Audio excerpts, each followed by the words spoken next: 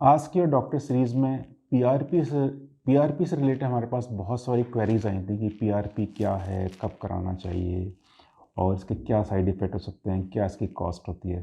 तो इस वीडियो में हम पीआरपी से संबंधित सभी क्वेरीज का जवाब देने की कोशिश कर रहे हैं।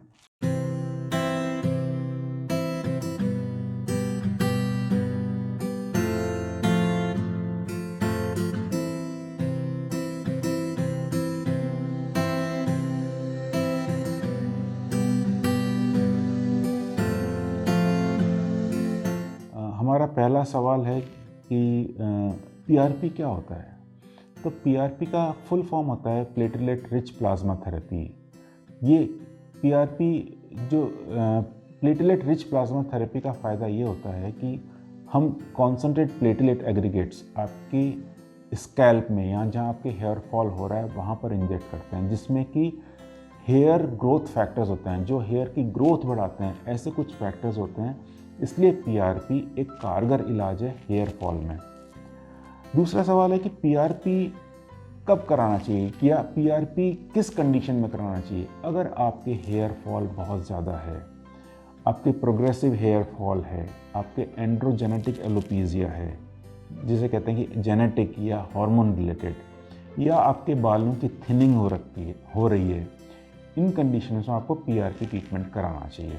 और साथ में हम लोग पीआरपी को यूज़ करते हैं हेयर ट्रांसप्लांट के साथ में। हेयर ट्रांसप्लांट के समय भी हम लोग पीआरपी इंजेक्ट करते हैं। एक हमारे व्यूअर पूछ रहे हैं कि पीआरपी कोई साइड इफ़ेक्ट है या पीआरपी कैसे तैयार की जाती है। तो इसका जवाब ये है कि पीआरपी के लिए आपके ही ब्लड का 10 ml या 15 ml, ये चीज़ डिपेंड करती है कि आपको कितने ml पीआरपी की ज़रूरत है। आमतौर पर 16 से 20 ml हम लोग आपका ब्लड लेते हैं। इसकी एक प्रोसेसिंग होती है सेंट्रीफ्यूगल मशीन में, जो कि एक स्पेसिफिक पीआरपी मशीन होती है जिसमें आरपीएम कंट्रोल वे में ज़्यादा आरपीएम होती है। ये मशीन स्पेशली पीआरपी बनाने के लिए होती है, जिसमें अच्छी क्वालिटी की मशीन्स की आरपीएम अच्छी होती है और कुछ किट्स में हम सिंगल स्पिन या डबल स्पिन तरीके से पीआरपी तैयार किए जाते हैं। जब ये पीआरपी तैयार होता है तो प्लेटलेट रिच एक बफ बनता है, एक बहुत छोटा सा सेगमेंट होता है उस ट्यूब में जिसको हम प्लेटलेट रिच प्लाज्मा कहते हैं। उस प्लाज्मा को हम लोग या प्लेटलेट रिच प्लाज्मा को हम सेपरेट करते हैं और फिर इस पीआरपी को हम आपके स्कैल्प में इंजेक्ट करते हैं। अब एक हमारे व्यूअर पूछते हैं कि पीआरपी क्या फ़ायदा करती है या फिर कैसे आपके बालों का गिरना कम करती है या उनकी थिनिंग को कैसे प्रिवेंट करती है। तो बेसिकली कुछ लोग पीआरपी थेरेपी को स्टेम सेल थेरेपी भी कहते हैं, जो कि एक सही आंसर नहीं है। पीआरपी एक स्टेम सेल थेरेपी नहीं है, लेकिन हाँ, जो प्लेटलेट रिच प्लाज्मा इंजेक्ट करने के बाद में ये आपके हेयर फॉलिकल्स में या जो हेयर बल्ब होता है वहाँ पर स्टेम सेल्स को अट्रैक्ट करती है। इस वजह से वहाँ पर ज़्यादा स्टेम सेल्स इकट्ठी होती हैं और आपके हेयर ग्रोथ को प्रमोट करती हैं। इसके अलावा पीआरपी आपके बालों को रेस्टिंग फेज से निकाल के ग्रोइंग फेज में लाता है। आपके बालों को ज़्यादा न्यूट्रिशन प्रोवाइड करता है। आपके बालों में एक खाद की तरह काम करता है। जो आपका डर्मल पेपिला होता है, एक जो गड्ढा होता है जहाँ से बाल उगता है, वहाँ पे न्यू वेस्कुलराइजेशन करता है, मतलब ब्लड सप्लाई बढ़ाता है। इस वजह से आपके हेयर की ग्रोथ होती है या उसकी थिनिंग, बाल थिन से थिक होने लगता है, डेंसिटी बढ़ती है।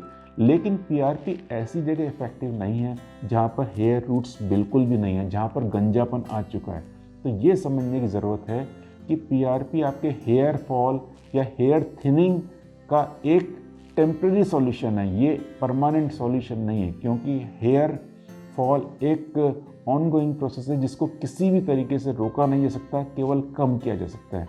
अगर आपके बिल्कुल बॉल्ड पैच है या जहाँ पर आपके बाल के रूट्स गायब हो चुके हैं, वहाँ पर पीआरपी ट्रीटमेंट इफ़ेक्टिव नहीं होता है। हमारे एक व्यूअर पूछ रहे हैं कि क्या पीआरपी ट्रीटमेंट को दूसरे ट्रीटमेंट्स या मेडिसिन के साथ में कंबाइन किया जा सकता है। बिल्कुल क्योंकि ये आपस में एक दूसरे को कॉम्प्लीमेंट करते हैं। इन सब का मैकेनिज्म एक्शन डिफरेंट है। हम इसको ऐसे बोल सकते हैं कि जब आपको दुश्मन को मारना हो तो आपको उसे चारों तरफ से घेर कर मारिए। इसको किसके साथ कंबाइन कर सकते हैं? जो टॉपिकल एप्लीकेशन की मिनॉक्सिडिल है, आपने मिनॉक्सिडिल का नाम सुना ही होगा, जो आपके बालों का वो बालों को रेस्टिंग फेज से ग्रोइंग फेज में लाती है, बालों की या स्कैल्प की ब्लड सप्लाई को बढ़ाती है।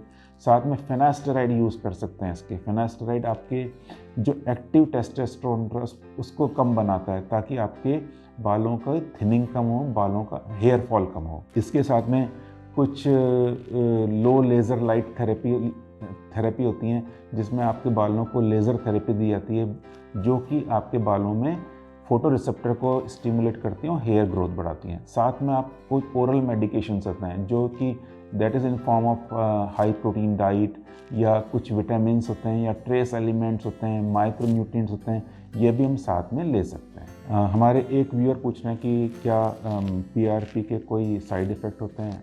PRP के आमतौर पर कोई साइड इफ़ेक्ट नहीं होते हैं। टेम्परेरी ब्लीडिंग हो सकती है, आपको पेन हो सकता है, थोड़ा सा इन्फ्लेमेशन हो सकता है, लेकिन ये सब टेम्परेरी होती हैं। अच्छा, आपको एक हमारे व्यूअर का पूछना है कि हमें PRP ट्रीटमेंट से पहले और बाद में किन चीज़ों का ध्यान रखना चाहिए। तो PRP ट्रीटमेंट से पहले अपना एक अच्छा सा हेड वॉश लीजिए। अगर आप कोई ब्लड थिनर ले रहे हैं जो आपके खून को पतला करते हैं, वो चीज़ अवॉइड कीजिए, और अपना स्कैल्प हाइजीन मेंटेन कीजिए।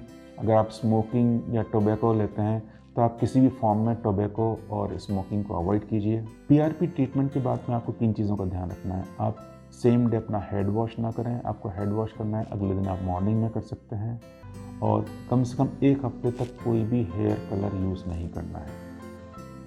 अपने ब्लड थिनर आप 2 दिन के बाद में शुरू कर सकते हैं। अगर आप पहले से ब्लड थिनर ले रहे हैं और आपने उनको 3-4 दिन से रोका हुआ है, तो आप 1-2 दिन के बाद में अपने ब्लड थिनर यूज़ कर सकते हैं। So take home message for PRP treatment is that कि it is first thing that it is not a permanent solution for your hair fall. जब तक आप PRP ट्रीटमेंट लेंगे, आपका हेयर फॉल कम रहेगा, पूरी तरह से रोका नहीं जा सकता। दूसरा, आप इस ट्रीटमेंट को दूसरे ट्रीटमेंट के साथ कंबाइन कर सकते हैं। PRP ट्रीटमेंट आपको 1-1 महीने के अंतराल पर कम से कम 5 से 6 बार लेने होते हैं। इसके अलावा जो इंटरनेशनल गाइडलाइंस ये हैं कि अगर आप में बहुत जेनेटिक फैक्टर है कि आपका हेयर फॉल होगा या बॉल्डनेस होगा, तो आप 1 साल में 3 बार PRP ट्रीटमेंट ले सकते हैं, ताकि आपका हेयर फॉल कुछ हद तक कंट्रोल रहे। अंतिम सवाल जो हमारा इस PRP से रिलेटेड है वो है कि कॉस्ट। PRP की कॉस्ट डिपेंड करती है कि आप कहाँ करा रहे हैं, किस सेंटर पर करा रहे हैं, किस सिटी में करा रहे हैं, जो आपकी PRP ट्रीटमेंट करने वाला है वो कितना एक्सपीरियंस सर्जन है, और किस टेक्निक से PRP तैयार की जा रही है। आजकल PRP कुछ अपग्रेडेड वर्जन्स भी आ रहे हैं, जैसे कि ग्रोथ फैक्टर कॉन्सेंट्रेट थेरेपी। तो डेफिनेटली जो ग्रोथ फैक्टर कॉन्सेंट्रेट थेरेपी है, इनके किट्स महंगे आते हैं। तो इस तरीके से अगर आप PRP ट्रीटमेंट लेते हैं तो वो कुछ कॉस्टली पड़ता है। तो आशा है कि आपको अपने सभी सवालों का जवाब मिला होगा। PRP से संबंधित या फिर कोई भी हेयर से संबंधित आपके कोई और भी क्वेरीज हों, तो आप कमेंट बॉक्स पे जाकर कमेंट कर सकते हैं, हमें व्हाट्सएप पे लिख सकते हैं। हम जल्दी से जल्दी इन सभी सवालों का जवाब देने की कोशिश करेंगे। ये एक एजुकेशनल वीडियो है जो एक जनरल अवेयरनेस के लिए बनाया गया है। इससे कोई हमारा मार्केटिंग या प्रमोशनल इंटेंशन नहीं है। तो अगर आपकी कोई भी क्वेरीज हों तो हमें ज़रूर लिखें। हमसे आप फ़ोन पे बात कर सकते हैं। हमारा फ़ोन नंबर आपको हमारे YouTube चैनल पर मिल सकता है, और हमारे कमेंट बॉक्स में आकर आप कमेंट कर सकते हैं। Thank you.